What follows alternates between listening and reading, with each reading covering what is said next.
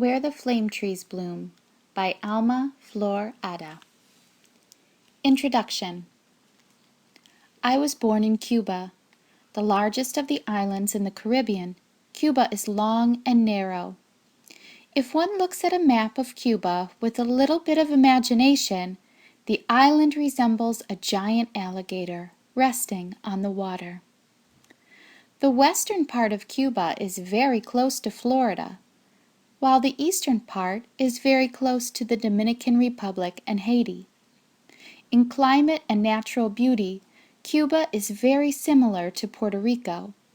In fact, Cubans and Puerto Ricans have a shared history, which is why a Puerto Rican poet once said that Cuba and Puerto Rico are two wings of the same bird. On both ends and in the center, Cuba has high mountain ranges covered with dense tropical forests. In between these mountainous regions, there are flat, fertile lands. I grew up in the eastern plains, the cattle region, on the outskirts of Camagüey, a town of brick houses and tile roofs and strong old churches built of stone, which in the past had served as both houses of worship and refuges from pirates. The church's high towers once allowed lookouts to keep watch for cattle-thieving buccaneers. The house I was born in was very large and very old. My great-grandfather on my mother's side had given it to my grandmother, his daughter. My youngest aunt, Lolita, had been born in the house. A generation later, two of my cousins, my younger sister Flor, and myself, were also born in the same house. Although the house was large, we were not wealthy. However, I did grow up surrounded by a wealth of family. At one time or another, grandparents, aunts, uncles, and cousins all lived together under that roof. Yet for the first 7 years of my childhood, I was the only child living in the house. Two older cousins came occasionally for visits. The house we lived in held a lot of history, too. It had been built as a colonial hacienda for an Italian family, the Simoni. In the hacienda they planted crops, raised cattle, tanned hides, and made bricks, tiles, and household vessels from the red clay found by the river. In those days, all the work was done by the people the Simoni kept as slaves. Much later, by the time I was a child, the house had grown old and weathered. The gardens were overgrown, and the fountain, dry and filled with earth, served as a planter for ferns. Behind the house still stood the slave quarters, and the remains of a dungeon, the calabozo, were proof of the horrible things human beings can do to each other. Once upon a time, slaves had been chained to the iron rings on its walls. During the colonial times, one of the two daughters of the Simoni family, Amelia, married Ignacio Agramonte, one of the Cuban patriots who fought to gain independence and freedom for all who lived in Cuba. One of the first acts of the Cuban Revolution in 1868 was to free all slaves. It was this connection with the Cuban struggle for freedom, not its earlier history, that made my family proud of our home. For me, the past was still filled with unexplainable questions. How could anyone dare to think that he could own or control anyone else? And why were we so proud of freedom and independence while some children walked the countryside barefoot and hungry? Despite these questions, big ones for the child I was, the old house was for me a magic world all the same. My grandmother kept large flocks of chickens, ducks, and geese, and as a reflection of her love of beauty, peacocks as well. The peacocks would often perch in the dining room windows, which opened out into a garden. Sometimes they would nest atop a large white masonry arch, which had been built long before as a small-scale replica of the French Arc de Triomphe in the now abandoned garden by the river. Bats lived in the eaves under the porch, and doves lived on the terrace. My mother took in every lost cat that crossed her path, and the garden was busy with lizards, snails, frogs, and toads, and crickets, and grasshoppers. Hidden in the branches of a nearby tree lived a family of hawks, but among all these living things, my best friends were the trees. Big, firm, and strong, they offered me their friendship in many ways.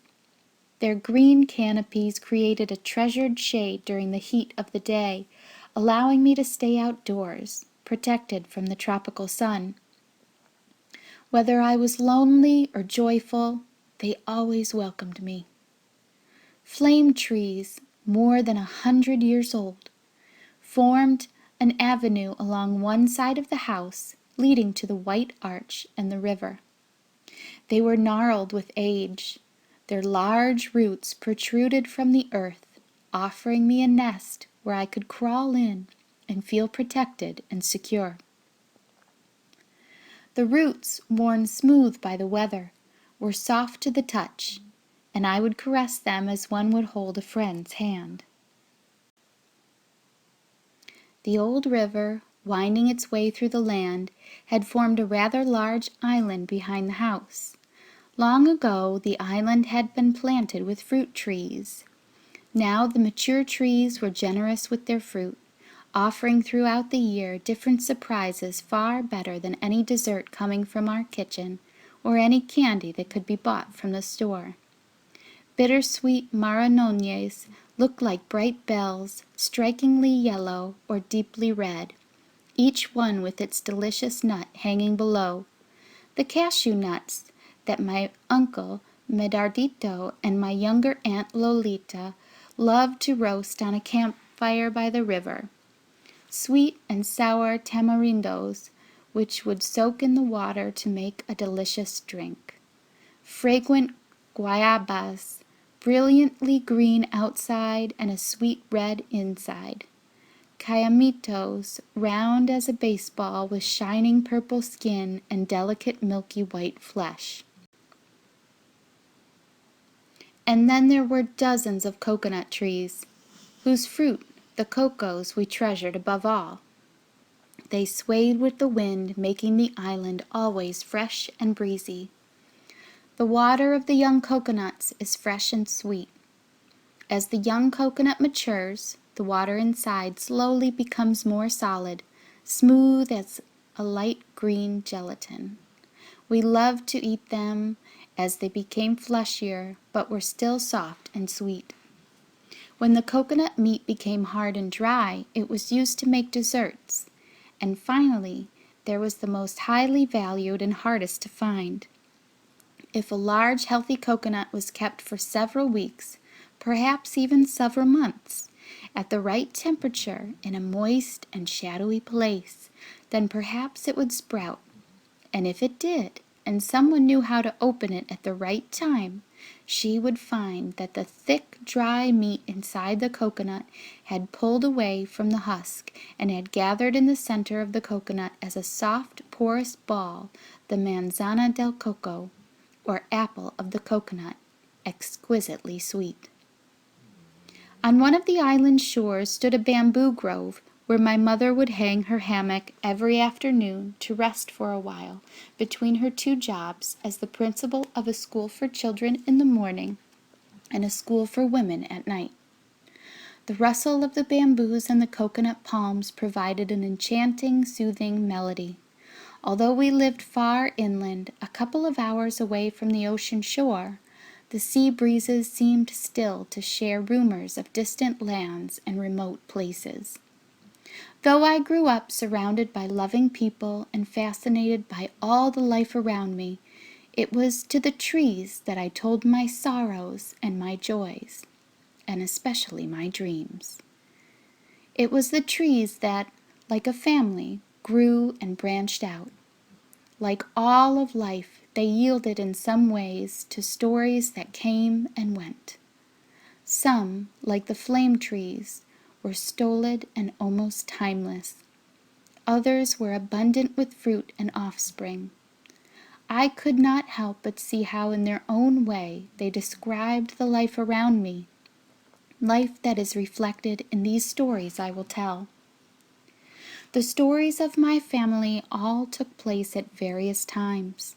Some happened before I was born and were told to me as a child.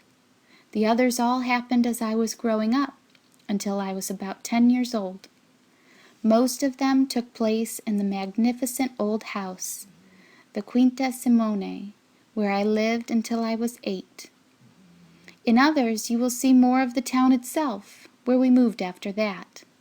But even in town I was fortunately never too far away from the generous trees majestically swaying in the tropical breezes, or, as with the flame trees, bursting with fiery red flowers, blossoming, blossoming, blossoming.